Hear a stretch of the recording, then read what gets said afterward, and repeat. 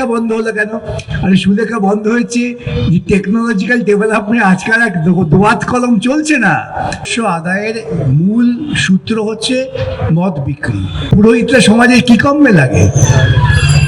তিনি ভীষণ রেগে গেলেন, আমাকে খুব গালমন্দ করলেন, বললেন আপনার মতো লোক কমিউনিস্ট পার্টিটাকে শেষ করে দিচ্ছে। ধর্ম কখনোই রাষ্ট্রর পৃষ্ঠপোষণায় বিকাশ লাভ করেনি, ধর্ম সম্পূর্ণ ব্যক্তিগত অনুভূতির মধ্য দিয়ে হয়েছে। আমি উৎসাহিত করছি কি রূপশ্রী বিয়ের জন্য, এর সঙ্গে সামাজিক গুণমানের কি সম্পর্ক আছে? প্রথমত রূপ, এই ব্যাপারটা একটা অত্যন্ত নিন্দনীয় ব্যাপার। আমি রেশমি অধিকারী। আমার একটা যেটা বাইরে বেরিয়ে খুব মনে হয় যে সব জায়গায় আজকাল দেখি যে অন্যান্য যারা বোধহয় পলিটিক্যাল পার্টিজ আছেন তারা খুব মানে অ্যাডভার্টাইজ করছেন যে এই দেওয়া হবে ওই দেওয়া হবে। যদিও আমার ট্র্যাডিশনালি কেউ যদি বলেন যে এই দল সম্বন্ধে জানা ফ্রম মানে আমার মা আর বাবার থেকে, কেননা তাদেরকে দেখেছি যে বরাবরই এখানে বিশ্বাস করতে এবং কোনো দেওয়া নেওয়ার রাজনীতির মধ্যে তারা ছিলেন না। তো স্যার আমি যেটা জানতে চাইছি যে আমরা যদি আবার ক্ষমতায় আসি তাহলে তিনটে এরকম কোয়ান্টিফায়েবল মানে যাকে আমরা মেজার করতে পারবো এরকম তিনটে চেঞ্জেস আমরা কি কি দেখতে পেতে পারি থ্রু এই গভর্নমেন্ট। আচ্ছা, আরো দু একটা প্রশ্ন আসুক, একসঙ্গে উত্তর দিই। গুড ইভিনিং স্যার, আমি অভিনব বলছি। আমি এই মুহূর্তে পিএইচডি করছি আইআইটি হায়দ্রাবাদ থেকে। তো আমার একটা ফান্ডামেন্টাল প্রশ্ন ছিল, আপনাদের ম্যানিফেস্টোতে ক্লিয়ারলি লেখা আছে যে স্থায়ী চাকরি দেওয়া হবে, হেভি টু লাইট ইন্ডাস্ট্রি সবই আসবে, কিন্তু এখন আমরা যদি ভেবে দেখি ব্রডলি, যদি এই যে এই প্ল্যানটা রয়েছে সেটা কি সরকারি উদ্যোগে এমপ্লয়মেন্ট তৈরি করা হবে, মানে সরকারি কর্মসংস্থান তৈরি করা হবে, নাকি আমরা পুঁজিপতিদের একটা প্রাইভেট সেক্টরকেও জায়গা দেব? আর যদি সেটা দিই তাহলে কি বেসিসে ওরা আসবে? আমি নিজে হায়দ্রাবাদে থাকি, ওখানে আমি দেখি কত রকম সাবসিডি দেওয়া হয় যাতে প্রাইভেট কোম্পানিজরা এসে কোম্পানি তৈরি করুক, কিন্তু ওই সাবসিডিজগুলো তো খুবই মানে ডেট্রিমেন্টাল যারা কাজ করছে। আমরা নয়ডা সব জায়গায় দেখছি এখন কি ধরনের আন্দোলন চলছে ওখানে। তো এরকম একটা পরিস্থিতিতে একটা বামফ্রন্ট সরকার কিভাবে প্রাইভেট প্লেয়ার ইত্যাদি এদেরকে এই জায়গা দেবে? স্টেট ওরা কি বলে আনা হবে ওদেরকে? এটাই আমার প্রশ্ন। Thank you. আমার কাছে যেটা মেন প্রশ্ন ছিল, বামফ্রন্টের মতাদর্শ আমার কাছে পরিষ্কার। প্রথম কথা হচ্ছে এরা মেহনতি মানুষের জন্য যে চিন্তাভাবনাগুলো করে সেগুলো অন্য পার্টিরা আমি চোখে পড়ে না। আমার প্রশ্ন হচ্ছে যেটা হলো বামফ্রন্টের এখন যা পরিস্থিতি, সেইভাবে পুরোপুরি ক্ষমতায় আসলে, যদি আসেও আমি ধরে নিলাম আসছে, আসার পরে শিল্পর যে দিকটা সেটাকে সিঙ্গুরে টাটা বাধাপ্রাপ্ত হওয়ার পর থেকে যে একটা ভাটা পড়ে গেছে এইটাকে কিভাবে পুনরুদ্ধার করবে? আরেকটা কথা, আরেকটা যেটা প্রশ্ন, আমি ধরলাম যে পুরোপুরি সংখ্যাগরিষ্ঠতা পেল না, একটা পার্শিয়াল সিট পেল, তাহলে কিভাবে ওয়েস্ট বেঙ্গলের শাসন ব্যবস্থাটাকে আবার প্রতিষ্ঠিত করে এগিয়ে নিয়ে যাবে? আমার মনে হয় তিনটে প্রশ্ন খুব প্রাসঙ্গিক এবং পারস্পরিক অঙ্গাঙ্গীভূত। প্রথম কথা যে আমার ছোট্ট বন্ধু প্রশ্ন করলেন, এই দান খয়রাতির রাজনীতি, এই দান খয়রাতির রাজনীতিটা প্রকৃতপক্ষে আমার নিজস্ব ব্যাখ্যায় মানুষকে কর্মে অনুপ্রাণিত করার পরিবর্তে মানুষকে অনেক বেশি অনুগৃহীত করে তোলে, যাতে সবসময় সরকারে যারা দান খয়রাতি করছেন তাদের উপর নির্ভরশীল হয়ে পড়েন। এই যে নির্ভরশীলতা, এটা হচ্ছে স্বয়ং সম্পূর্ণতার বিরোধী। আমি নিজে মনে করি, আমার বামফ্রন্ট মনে করেন, বামফ্রন্ট যারা আদর্শে বিশ্বাস করেন যে সরকারের কাজ হচ্ছে পরিবেশ পরিকাঠামো তৈরি করা যার মধ্য দিয়ে বিনিয়োগ হবে, এবং বিনিয়োগ হলে পরে তখন স্বভাবতই কাজের সুযোগ বাড়বে। এই যে সাবসিডি প্রশ্নটা এলো, হ্যাঁ, আমরা যেহেতু একটা সাংবিধানিক কাঠামোর মধ্যে আছি এবং আমাদের অর্থনীতিটা হচ্ছে, আমরা বলি মিশ্র অর্থনীতি। স্বাধীনতার পর আমরা যে পঞ্চবার্ষিকী পরিকল্পনা তৈরি করেছিলাম, সেই পঞ্চবার্ষিকী পরিকল্পনার মডেল ছিল সোভিয়েত রাশিয়ার পঞ্চবার্ষিকী পরিকল্পনা। তার মধ্যে দিয়ে আমাদের কিন্তু ব্যাপক পরিকাঠামোগত উন্নয়ন হয়েছিল। এবং আমি যদি প্রাইভেট ক্যাপিটাল তো আমাদের দেশে আছেই, আমরা তাকে তো উপেক্ষা করব না, তাকে উড়িয়েও দেবো না, কিন্তু তাকে আমায় যদি ইনভেস্ট করার মতো পরিবেশ দিতে পারি তবে তারা ইনভেস্ট করবে। ভাবুন তো, আমাদের এখানে তো একটা সময় এই ইতিহাসগুলো আমরা আলোচনা করি না, পশ্চিমবঙ্গ এবং এই পূর্বাঞ্চলটা তারা ডিপ্রাইভ ছিল because of freight equalisation policy. এমন একটা অর্থনৈতিক পরিকল্পনা করা হয়েছিল, যেহেতু আমাদের এদিকে কয়লা, ইস্পাত এই সমস্ত মৌলিক বিষয়গুলো ছিল, যার ফলে আমাদের একটা সুবিধাজনক ব্যবস্থা ছিল। তো প্রথম কেন্দ্রীয় সরকার এসে, গুজরাটি অর্থমন্ত্রী ছিলেন, তারা ফ্রেট ইকুয়ালাইজেশন পলিসি চালু করলেন। তার ফলে এই গোটা পূর্বাঞ্চলটা, পশ্চিমবঙ্গ, বিহার, ঝাড়খণ্ড, এরা খানিকটা অর্থনৈতিকভাবে মার খেয়ে গেল। যার ফলে দেখবেন যখন জ্যোতিবাবু ক্ষমতায় এলেন, অশোক মিত্র অর্থমন্ত্রী ছিলেন, আমরা কেন্দ্রের সঙ্গে আমাদের একটা লড়াই হতো। লড়াইটা কিন্তু এটা নিয়ে ছিল না যে আমি টাকা দিয়েছি তুমি চুরি করেছো হিসেব দাওনি, সে লড়াই ছিল না। লড়াই ছিল তোমার এই যে মাসুল সমীকরণ নীতি, এই সব বাংলাটা আসছিল না, মাসুল সমীকরণ নীতির ফলে আমরা এখানে বিনিয়োগের সুযোগ করতে পারছি না। কারণ বিনিয়োগকারীরা দেখছেন আমি যদি গুজরাটে নিয়োগ করি, মহারাষ্ট্রে নিয়োগ করি, তাতে আমি অনেক সরকারি সুবিধা পাচ্ছি, যেটা আমি পশ্চিমবঙ্গ, বিহার কিংবা ঝাড়খণ্ড করলে পাচ্ছি না। অনেক লড়াই করে এই মাসুল সমীকরণ নীতি যখন প্রত্যাহার করা হলো, তার তাৎক্ষণিক প্রতিক্রিয়া দেখবেন আমাদের হলদিয়ায় প্রচুর কারখানা তৈরি হলো। হলদিয়ার যে বিকাশটা হয়েছিল হলদিয়া পেট্রোকেমিক্যাল করার মধ্য দিয়ে, তাতে আমার এটা হয়তো ফ্রেট ইকুয়ালাইজেশন পলিসি যখন তুলে নেওয়া হলো তার প্রতিফলন। এবং তারপরে আজকে যে সেক্টর 5 হয়েছে, তখন ধীরে ধীরে আমরা এখানে সফটওয়্যার ইন্ডাস্ট্রিজ, লোকে একটা অদ্ভুত মিথ্যে কথা প্রচার করে যে কমিউনিস্টরা নাকি কম্পিউটারের বিরোধিতা করেছিল। এবং আমি বলতে পারি, আমার আইনজীবী বন্ধুরা আমাকে আক্রমণ করে যে প্রথম তিনি মামলা করেছিলেন যে ব্যাংকে কম্পিউটার লাগানো চলবে না। আমি তাদের বোঝাবার চেষ্টা করি, ওরে ভাই আমরা কম্পিউটার চালু করার বিরুদ্ধে ছিলাম না, আমাদের বক্তব্য ছিল কম্পিউটার আসুক, কিন্তু কম্পিউটার এসে হিউম্যান রিসোর্স যে রিট্রেঞ্চমেন্ট হবে তার অল্টারনেটিভ কি। কিন্তু ওই একমুখী প্রচার ছিল, প্রচার মাধ্যম। এবং আমি আপনাদের বলি, যখন আমাদের এখানে সেক্টর 5 এর খুব বারবারন্ত হচ্ছে, আমরা দেরিতে শুরু করলো, প্রকৃতপক্ষে আমরা রেট অফ গ্রোথে আমরা ব্যাঙ্গালোরকে ধরে ফেলেছিলাম। এ প্রসঙ্গে একটি অত্যন্ত গুরুত্বপূর্ণ মন্তব্য করেছিলেন একজন বিচারপতি। তিনি বলছিলেন, তিনি যখন বিমানে যাচ্ছিলেন ঘটনাচক্রে, তার পাশে বসেছিলেন প্রেমজি আদামজি। বিচারপতি কোর্টে বলছেন, আমি আদামজিকে জিজ্ঞাসা করলাম, কারণ একটা প্রচার ছিল তো যে বাম আমলে কিছু হবে না, কিছু আসে না ইত্যাদি, তো তোমরা এখানে নিয়োগ করছো কেন? আদামজি বলেছিলেন যে এখানকার একটা সায়েন্স গ্রাজুয়েট, তাদের আমরা যদি 6 মাসের ট্রেনিং দিতে পারি, দেখেছি তারা যে কোনো সফটওয়্যার ইঞ্জিনিয়ারের থেকে ভালো কাজ করে। আমাদের এডুকেশন লেভেলটা তখন এই জায়গায় ছিল, সেই জন্যই প্রচুর সফটওয়্যার ইন্ডাস্ট্রি এসেছিল। এবং আপনারা জানেন যে ইনফোসিস পরবর্তীকালে জমি দেওয়া নিয়ে কত টানাপোড়েন হলো।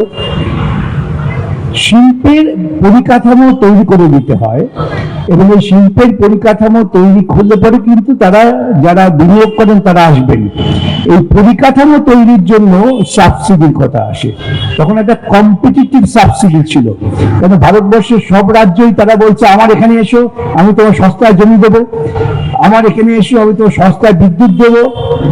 বিনিয়োগকারী সেটা আসবে মুনাফার জন্য, বিনিয়োগকারী তো দেশপ্রেম, তথাকথিত দেশপ্রেমের জন্য আসেন না। তারা আসেন আমি বিনিয়োগ করলে আমি ব্যবসা করব, ব্যবসা করলে আমার মুনাফা হবে, এবং সেই ব্যবসা করার মধ্য দিয়ে নিয়োগ হবে, যে আমার শিক্ষা প্রসারটাও হবে পাশাপাশি। বিনিয়োগ থাকলে পরে শিক্ষা প্রসারটাও আসে। সেই জন্যই দেখবেন এই যে সিঙ্গুর নিয়ে এত মারামারি কেন হলো। সিঙ্গুরে 60% যাদের জমি গিয়েছিল তারা কিন্তু সহমত জ্ঞাপন করেছিলেন। আমি নিজে তো মামলাটার সময় ছিলাম, আমি জানি 60% ল্যান্ড ওনার্সরা তারা কোনো আপত্তি করেননি। 40% ল্যান্ড ওনারদের নিয়ে ওরা একটা এই কনস্পিরেসি করে আন্দোলন শুরু করলেন যে ওটা নাকি ওখানে মাল্টি ক্রপ হয়, বহু ফসলি জমি, সেখানে কিছুতেই শিল্প করা যাবে না। প্রশ্ন উঠেছিল মামলা করতে গিয়ে যে কেন তাহলে এই সিঙ্গুর ঠিক করা হলো। তারা বলেছিলেন যে কলকাতার কাছাকাছি আমাদের কমিউনিকেশনের সুবিধে সেখানে হলে পরে আমাদের অটো ইন্ডাস্ট্রি ডেভেলপ করবে কমিউনিকেশনের জন্য, দুর্গাপুর এক্সপ্রেসওয়ে লাগোয়া। তা সেটা ব্যর্থ হয়ে গেল। আবার পাশাপাশি দেখুন নয়াচারে একটা কেমিক্যাল হাব হওয়ার কথা ছিল, ওই কেমিক্যাল হাব হওয়ার জন্যই কিন্তু রাস্তা তৈরি হবে, তাই নন্দীগ্রামে জমি অধিগ্রহণের প্রশ্ন ছিল। এই যে বেসিক ইনফ্রাস্ট্রাকচার, রাস্তা তৈরি করে দেওয়া, তার জন্য জমি অনুগ্রহণ করা, রাস্তা তৈরি করলে পরে রাস্তার দুপাশে ছোটখাটো ব্যবসা, ধাবা ইত্যাদি, বিদ্যুৎ দেওয়া। আপনারা ভেবে দেখুন, আমি জানি না কজন সেটা জানেন, আমরা তখন অল্প বয়স, যখন 77 সালে বামফ্রন্ট সরকার ক্ষমতায় এলো তখন বিদ্যুৎ পাওয়া যেত না। আমরা নিজেরা কুপি জ্বালিয়ে, আমি তখন টালিগঞ্জে থাকতাম, বাঙালপাড়ায়, অনেকে জানেন, হেরিকেন জ্বালিয়ে, কুপি জ্বালিয়ে কাজ করতে হতো। এবং ঠাট্টা চালু হয়ে গেছিল এই জ্যোতি এলেন বা জ্যোতি গেলেন। সেই জায়গায় দাঁড়িয়ে জ্যোতি বসু পরিকল্পনা করে যাদবপুর বিশ্ববিদ্যালয়ের যিনি ভাইস চ্যান্সেলর ছিলেন, কি নাম ছিলেন, শঙ্কর সেন, যেহেতু তিনি একজন টেকনোলজিস্ট, রাজনীতির সঙ্গে যোগাযোগ ছিল না, তাকে জ্যোতিবাবু অনুরোধ করে বিদ্যুৎ মন্ত্রী করলেন। পশ্চিমবঙ্গে বিভিন্ন বিদ্যুৎ প্রকল্প তৈরি হলো। আজকে বিদ্যুতের ঘাটতি নেই। দুর্ভাগ্যজনকভাবে লোকে জানে না, প্রচার হয় যে মমতা এসে বিদ্যুতের তৈরি করেছে। মমতা আসার পর একটা বিদ্যুৎ কেন্দ্র তৈরি হয়নি, যা বিদ্যুৎ কেন্দ্র তৈরি হয়েছিল জ্যোতিবাবুর আমলে। এই যে ইনফ্রাস্ট্রাকচারটা যদি আমি তৈরি করে দিতে পারি তাহলে ব্যবসায়ীরা আসবেন। আজকে ব্যবসায়ীরা আসছেন না। এবং আমি সাম্প্রতিককালে দেখলাম, সত্য মিথ্যা জানি না, যে টাটা গ্রুপ অফ ইন্ডাস্ট্রিজ বলেছেন লেফট ফ্রন্ট এলে পরে আমরা আবার বিনিয়োগ করব। দুটো জিনিস দরকার হয়, একটা হচ্ছে পলিটিক্যাল স্টেবিলিটি, আরেকটা হচ্ছে নন ইন্টারফেয়ারেন্স। যে আমি কাজ করব, কাজ করার স্বাধীনতাটা আমাকে দিতে হবে এবং নিয়োগটার স্বাধীনতা আমাকে দিতে হবে। আমরা নীতি ঠিক করে দাও, সেই নীতিভিত্তিক নিয়োগ আমরা করব। তৃণমূলের আমলে এইটাই ভেঙে গিয়েছিল। এখনো দেখবেন বহু জায়গায় ওই যে কন্ট্রাক্ট লেবার হয়। আমি সাম্প্রতিককালে গিয়েছিলাম হলদিয়াতে ডিবিসির ইউনিয়নের সভাপতি হিসেবে, সেখানে দেখেছি কন্ট্রাক্ট লেবার নিয়োগ করা হবে, সেটাও তৃণমূল কংগ্রেসের অনুমোদন সাপেক্ষে। অর্থাৎ তুমি যদি তৃণমূল কংগ্রেসের কাটমানির অংশীদার হও তুমি কাজ করতে পারবে, এবং কর্তৃপক্ষকে বাধ্য করা হচ্ছে। সে ডিবিসি কর্তৃপক্ষ বললেন, আমার কাছে স্বীকার করলেন যে আমাদের কিছু করার নেই, উই আর হেল্পলেস, আপনারা যদি পারেন কিছু করুন। এই যে ইনস্টেবিলিটি, পিপুলের সঙ্গে যারা বিনিয়োগ করবেন, ইনভেস্টার, তাদের মধ্যে যে একটা বোঝাপড়ার সেতু বন্ধন, সেটাও নষ্ট হয়ে গেছে। তাই দেখবেন যা ছিল তাও চলে যাচ্ছে। সেই জন্যেই শিল্প করতে গেলে পরে একটা রাজনৈতিক পরিবেশ দরকার। সেই পরিবেশটাকে ফিরিয়ে আনতে পারলেই ঠিক হবে। প্রসঙ্গত বলি, এটা অনেকে বলেন, আজকেও আমাকে একজন বলছে, কোনো সাংবাদিক বোধহয়, যে ট্রেড ইউনিয়ন মুভমেন্ট। আমি বলি ট্রেড ইউনিয়ন মুভমেন্ট কিন্তু সবসময় যদি অর্গানাইজ ট্রেড ইউনিয়ন মুভমেন্ট হয় শিল্পের পক্ষে ভালো। যারা বড় বড় বিনিয়োগকারী তারাও চান অর্গানাইজ ট্রেড ইউনিয়ন মুভমেন্ট। তা না হলে কি হয়, গুন্ডামি বাড়ে, রাফিয়ানিজম বাড়ে, যা বর্তমানকালে হচ্ছে। আর ট্রেড ইউনিয়নের জন্য কারখানা উঠে গেছে, এই কথা যারা বলেন তারা পরিকল্পিতভাবে অসত্য কথা বলেন। কারখানা কখন শ্রমিকদের আন্দোলনে বন্ধ হয় না, কারখানা বন্ধ হয় অর্থনৈতিক কারণে। শ্রমিকরা কখন আন্দোলন করে? সাম্প্রতিককালে একটা উদাহরণ আপনারা দেখবেন, নয়ডায়, সেখানে তো লেফট ট্রেড ইউনিয়ন মুভমেন্টটা উইক আছে, সিআইটিউ আছে, উইক। এত বড় আন্দোলন কেন হলো? বললো শ্রমিকরা দেখছে যে তাদের মিনিমাম ওয়েজ পর্যন্ত দেওয়া হচ্ছে না। শোষণ করতে করতে এমন জায়গায় গেছে, ওরা তো অসংগঠিত, মালিক ভেবেছিলেন এভাবেই চলবে, কিন্তু একটা স্তরে গিয়ে তারাও বিক্ষোভ করে। এবং এটা যদি সংগঠিত শক্তি থাকতো তাহলে বিক্ষোভটা এই পর্যায়ে পৌঁছতো না। তার আগেই কিন্তু পারস্পরিক আলোচনার মধ্য দিয়ে অনেক সুবিধে আদায় করা যেত। সেজন্যেই বামফ্রন্টের ফিরে আসাটা অত্যন্ত প্রয়োজন। ঠিক বলেছেন। আর একটা কথা বলি আমি, যে বিগত 15 বছরে এমন জায়গায় আমরা পৌঁছে গিয়েছি, সেখান থেকে টেনে আনাটা একটা কঠিন কাজ, কিন্তু সেই কঠিন কাজটা করা যায় স্বভাবতই যদি মানুষের সমর্থন থাকবে। কেন এখন পশ্চিমবঙ্গে কেউ আসছে না, পরিষ্কার বললেন কাটমানি। আপনাদের যদি কারো এরকম ব্যবসা করেন, জানাশোনা থাকেন, দেখবেন। আমি একদিন দিল্লিতে মামলা করতে যাচ্ছি, আমার পাশে দুজন ভদ্রলোক কথা বলছেন তারা। আমি তো বললাম আপনারা কোথায় ব্যবসা করেন? বললে আমরা ওয়েস্ট বেঙ্গলের একটা ডিস্ট্রিক্ট, নাম করবো না। তারপর কথা বলছে, sir we have decided that we shall recall. আমি বললাম কেন? কেন বলছেন? Where is the discipline? আমরা কি কাজ করব সেটাও বাইরের লোক ইন্টারফেয়ার করবে। সকালে একজন টাকা চাইছে, বিকেলে আরেকজন টাকা চাইছে। তো আমি বললাম এরকম সিচুয়েশন কি আগে ছিল না? বলছে না, আগে একটা অর্গানাইজ,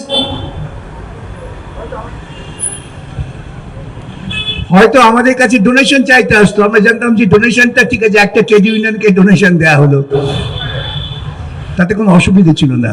এখন চলছে অ্যাবসলিউটলি অ্যানার্কিজম। সেই জন্য আমরা আমাদের ব্যবসা গুটিয়ে নিচ্ছি। এই পরিস্থিতিতে দাঁড়িয়ে ওই যে বললে অ্যানিমেশন পড়ছেও, সত্যি তো অ্যানিমেশন শেখার পরও তার অ্যাপ্লিকেশন কোথায় হবে? ওই যে বললে আমি ISI ব্যাঙ্গালোরে আছি, কোথায়? হায়দ্রাবাদে।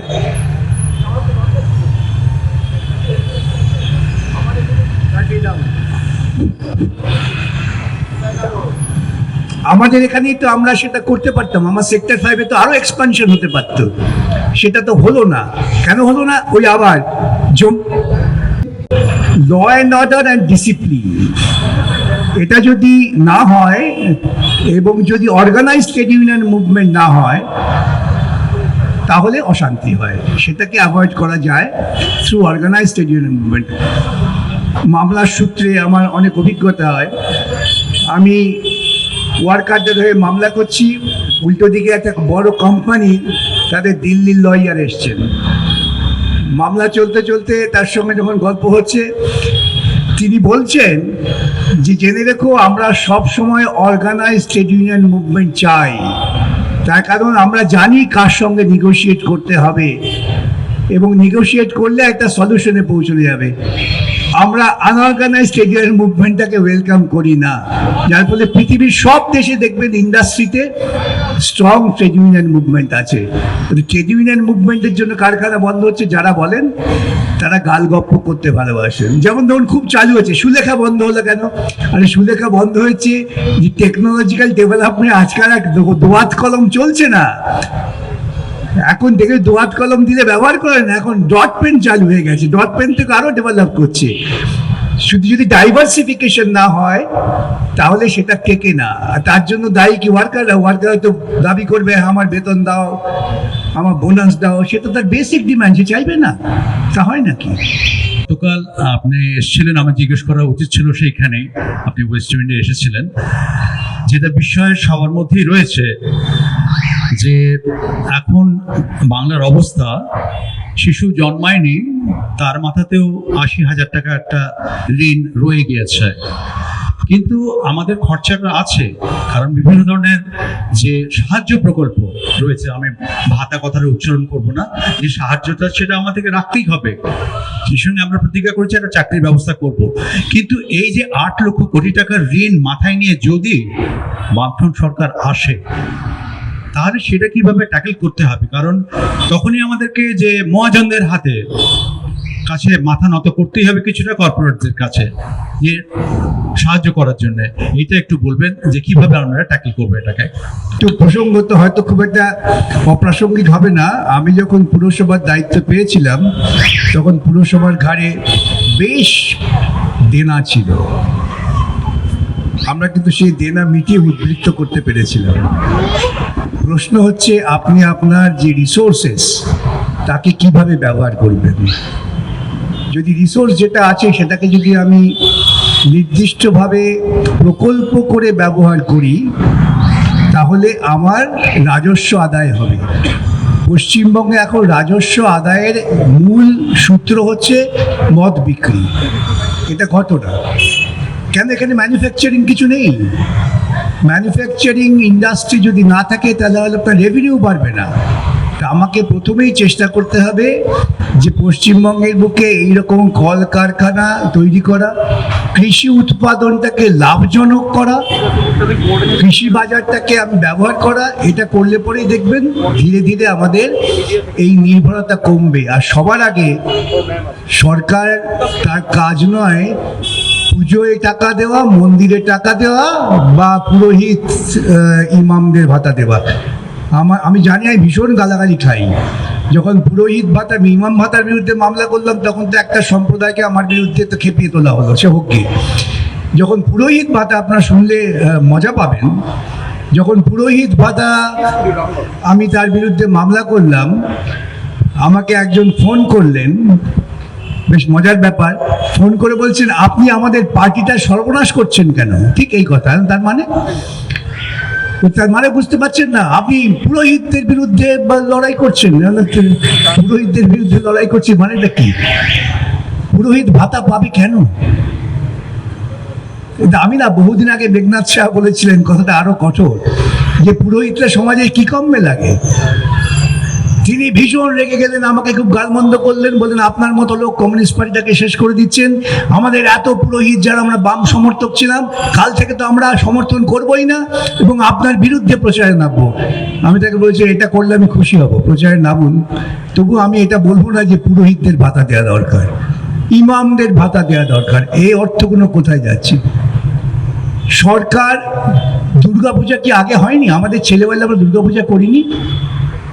বেশ বড় বড় পুজো হতো, তার জন্য কি সরকারের কাছে টাকা চাইতে হতো নাকি? তাহলে হবে না। আমরা আরেকটা অভিজ্ঞতা বলি, তখন মেয়র মানে কোথায় পরিস্থিতি নিয়ে গিয়েছিল এরা। বিভিন্ন বড় বড় পুজো হয় না, দেখবেন শহর বিজ্ঞাপনে ভরে যায়। এইসব দেখেই শঙ্খ ঘোষ লিখেছিলেন বিজ্ঞাপনে মুখ ঢেকে যায়।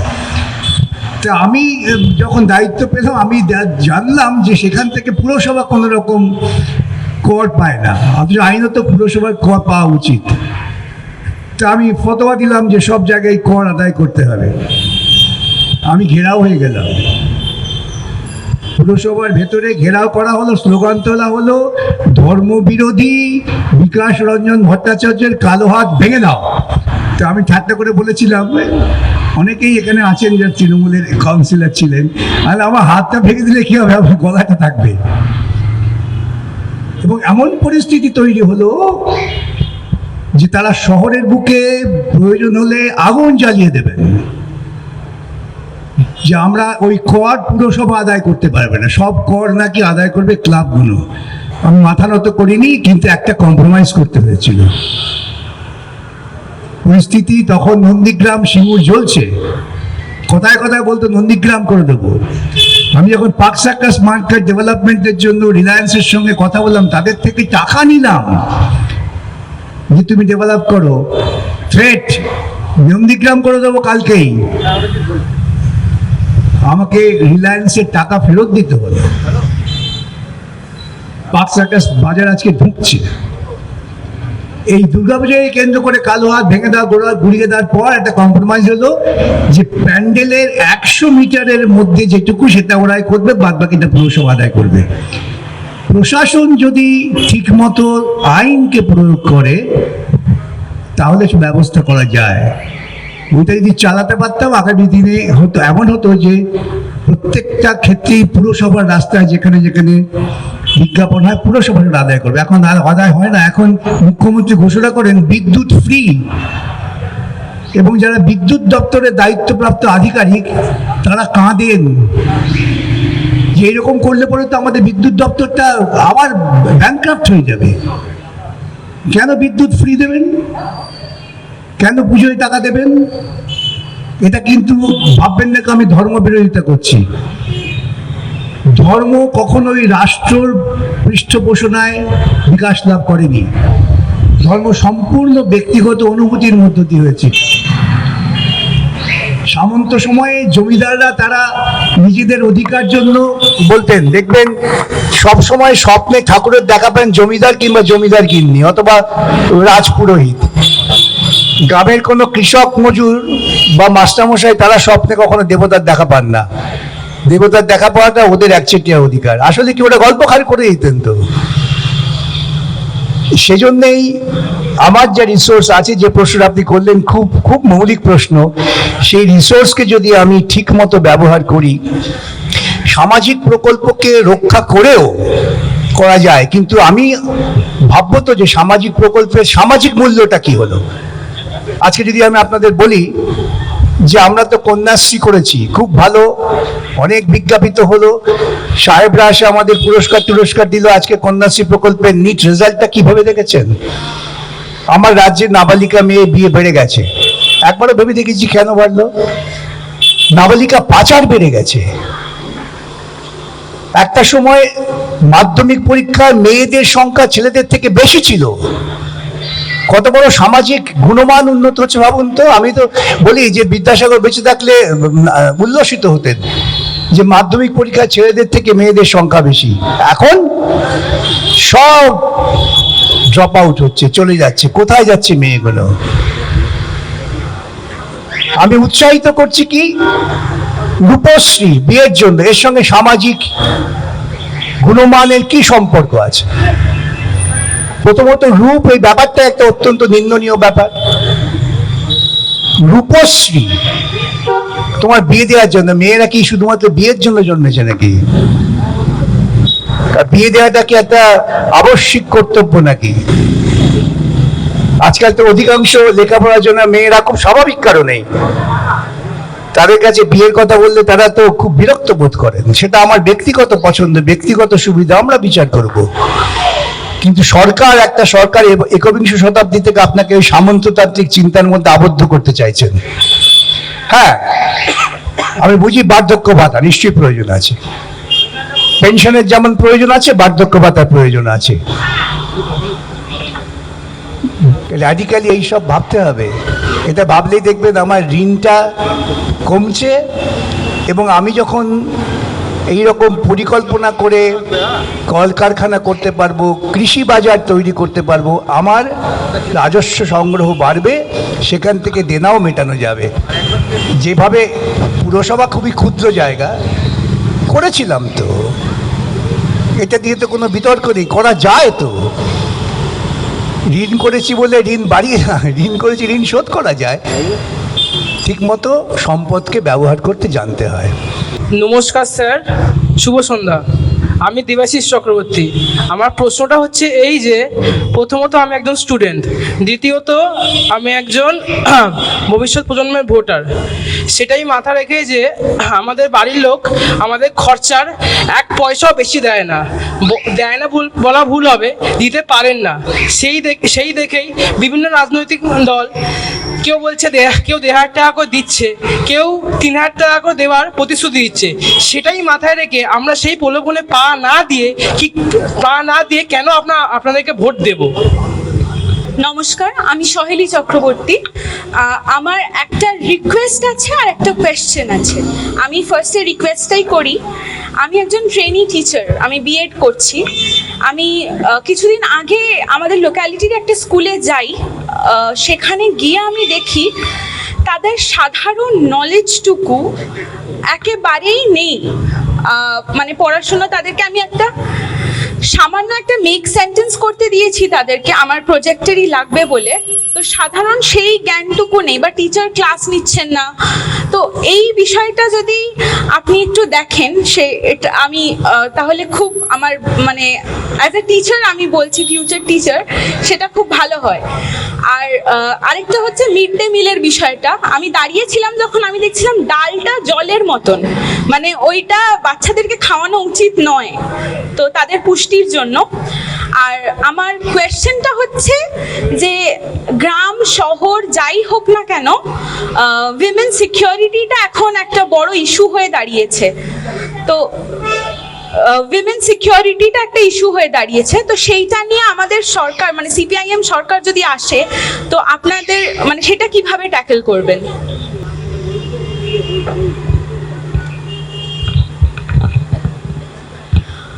নমস্কার, আপনার কাছে আমার দুটো প্রশ্ন আছে।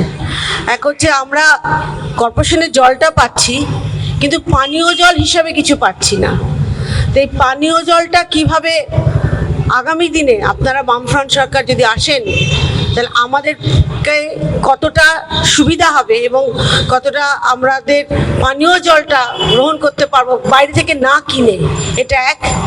আরেকটা প্রশ্ন সেটা হচ্ছে কর্পোরেট সেক্টরে যারা চাকরি করছে তারা প্রতিনিয়ত দোদুল্যমান হচ্ছে যে এই শ্রম কোড নিয়ে আপনারা সরকারে আসলে পশ্চিমবঙ্গে কি শ্রম কোডটা লাগু হবে? এটাই আপনার কাছে আমার প্রশ্ন। Thank you. নমস্কার স্যার, আমার নাম ময়ূক ধর, আমি একজন ইঞ্জিনিয়ারিং স্টুডেন্ট। তো দেখা যাচ্ছে আমাদের রাজ্যে যে সরকারি শিক্ষাটা আছে ওটার তো পরিকাঠামো পুরো ভেঙে গেছে, তো আপনারা এলে ওটা কীভাবে ঠিক করবেন? ভালো প্রশ্ন। প্রলোভন দিয়ে শুরু হয়েছে, শিক্ষার প্রসার দিয়ে শেষ হয়েছে প্রশ্নের শৃঙ্খলা। চমৎকার। প্রলোভনে পা দেবেন কেন? আমরা যদি বুঝি এটা আমাদের প্রলোভন দেয়া হচ্ছে, আমরা সেটাকে বাতিল করব না কেন? এটা একটা মৌলিক নৈতিক প্রশ্ন। দুটি দল, একজন বলছে আমি 1500 দেবো, একজন বলছে 3000 দেবো। মানে যার পকেটে বেশি টাকা, বা আমি বলি যে বেশি দুর্নীতির টাকা সংগ্রহ করতে পেরেছে, সে আমাদের বেশি টাকা দিয়ে দুর্নীতিগ্রস্ত করতে চাইছে, আর যার কম টাকা সে কম টাকা দিচ্ছে। মৌলিক কথা কেউ বলছে না। কেউ বলছে না যে আমরা যদি ক্ষমতায় আসি তাহলে আমরা কর্ম বিনিয়োগের ব্যবস্থা করব। সেই জন্যেই তাদের বর্জন করবেন, আমাদের গ্রহণ করবেন। এই জন্যেই যে আমরা বলছি আমরা কর্ম বিনিয়োগের ব্যবস্থা করব, পরিকাঠামোগত ব্যবস্থা করে এখানে বিনিয়োগের মাত্রা বাড়াবো। এক। দুই হচ্ছে শিক্ষা। আপনারা দেখেছেন তো শিক্ষা ব্যবস্থায় কিভাবে ধ্বংস করা হয়েছে। এর দুটো কারণ। একটা কারণ হচ্ছে সবচেয়ে বেশি মুনাফার ক্ষেত্র হচ্ছে শিক্ষা এবং স্বাস্থ্য, এবং হিউম্যান ডেভেলপমেন্ট ইন্ডেক্সের সবচেয়ে বড় দুটো বেসিক ফ্যাক্টর হচ্ছে শিক্ষা এবং স্বাস্থ্য। পশ্চিমবঙ্গে একটা সময় শিক্ষা এবং স্বাস্থ্যে সরকারি বিনিয়োগের ফলে হিউম্যান ডেভেলপমেন্ট ইন্ডেক্সে গ্রোথ হচ্ছিল। যেমন ক্লাস 12 পর্যন্ত ফ্রি এডুকেশন। ক্লাস 12 পর্যন্ত ফ্রি এডুকেশন হলেই আপনাকে কনসিকুয়েন্টলি ভাবতে হয় যে পড়াবে কারা। পড়াবার কথা আসলেই ভাবতে হয় শিক্ষিত প্রজন্ম। শিক্ষিত প্রজন্মরা কেন শিক্ষক হিসেবে কাজ করতেন না? আমি আমার পেশার জীবন শুরু করেছিলাম শিক্ষক হিসেবে। তখন আমরা যে বেতন পেতাম শুনলে আজকে একটা পাড়ার ছেলে হাসবেন, তার মধ্যে যাচ্ছি না। মানে আমাদের বন্ধু বান্ধবরা আমাকে দেখলে রাস্তাঘাটে আওয়াজ দিত, হ্যাঁ কি করছিস, চলে আয়, অমুক ইত্যাদি। অনেকেরই যাদের অভিজ্ঞতা আছে। এখন এই শিক্ষাটাকে যদি আমি সরকারি দায়িত্বে ব্যবস্থা করতে পারি, তাহলে যেমন আমি প্রান্তিক মানুষকে শিক্ষার অঙ্গনে আনতে পারি, তার মধ্য দিয়ে আমাদের মানবিক গুণমান বৃদ্ধি পায়, এবং তাদের শিক্ষিত করবার জন্য আমাদের শিক্ষিত সম্প্রদায়কে আমি একটা সম্মানজনক বেতন দিয়ে তাকে রাখতে পারি। আজকে শিক্ষক হওয়ার জন্য পশ্চিমবঙ্গে শিক্ষিত সম্প্রদায়ের মধ্যে এত আকুতি কেন? তারা কিন্তু আমাদের সময় যেমন দেখলাম যে ইউপিএসসি পরীক্ষা দেওয়ার জন্য, পিএসসি পরীক্ষা দেওয়ার জন্য, ব্যাংকের চাকরি করার জন্য দিবারাত্রি খাটছে।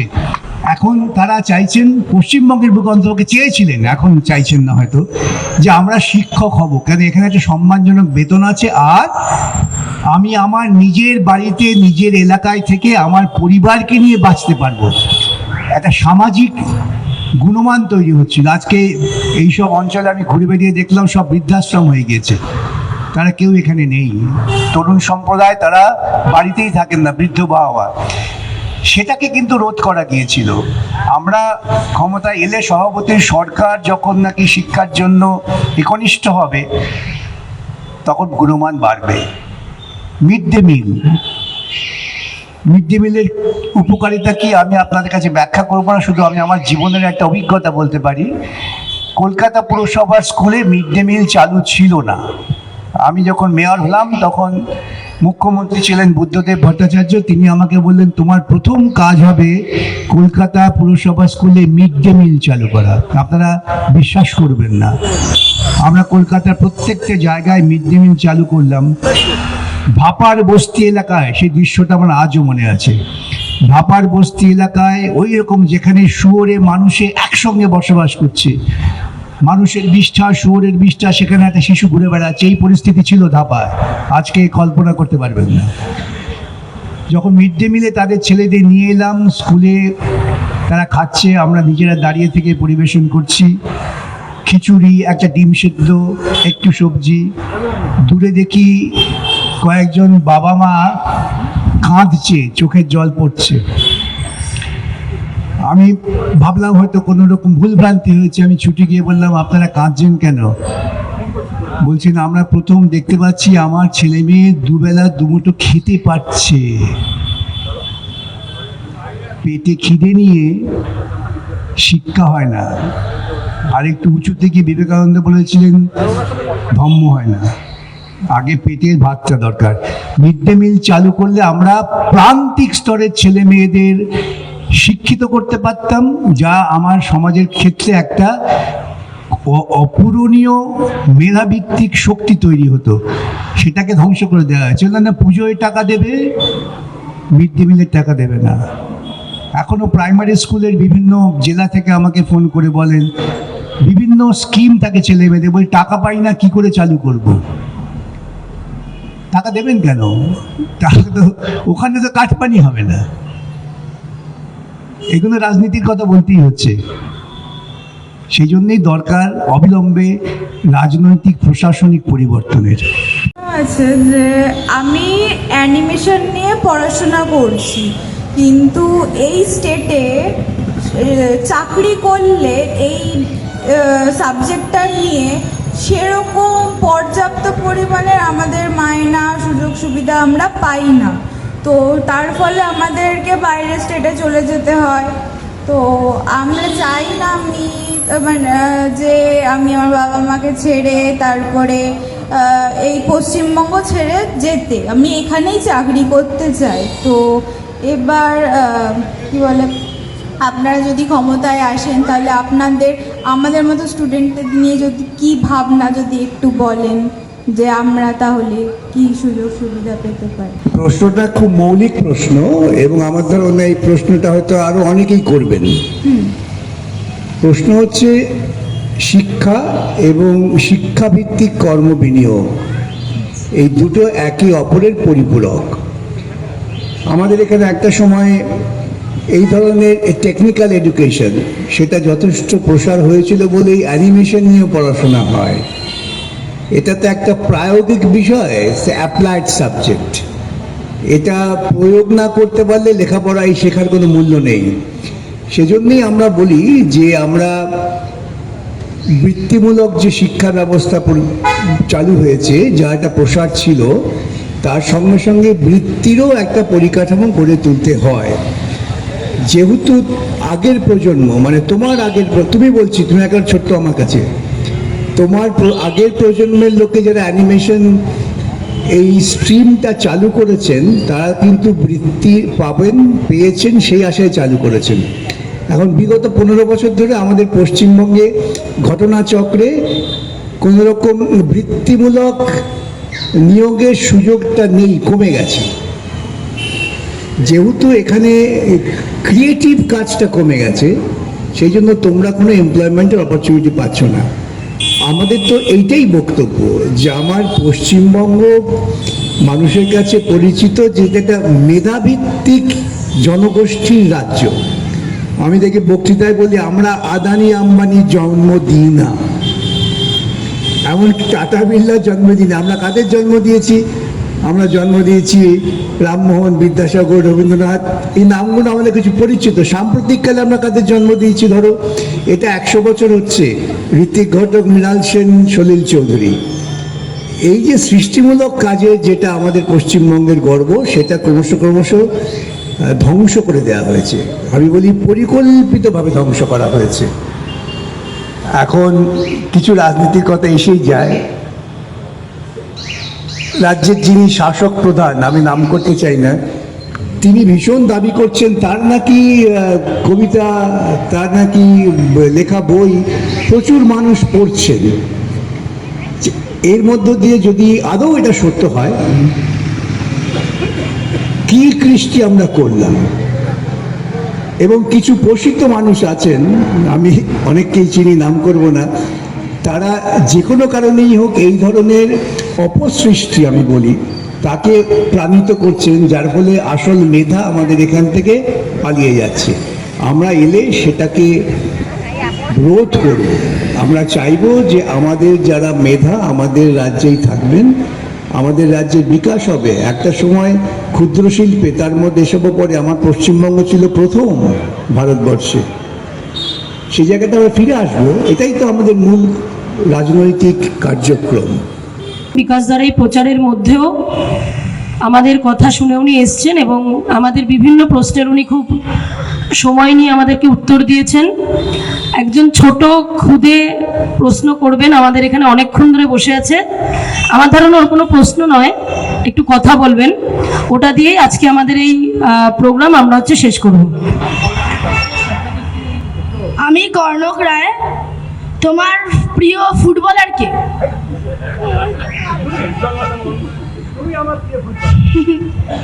আর তুমি ইস্ট বেঙ্গলকে সাপোর্ট করো না মোহনবাগানকে? আমি কাঠ বাঙাল বোঝো। জনগণ বলবেন, প্রার্থী শুনবেন। ফলে আমাদের এই কর্মসূচি আমরা এখানেই শেষ করছি। খুব ধন্যবাদ বিকাশ দাকে আজকে আমাদের সামনাসামনি আসার এবং উত্তর দেওয়ার জন্য।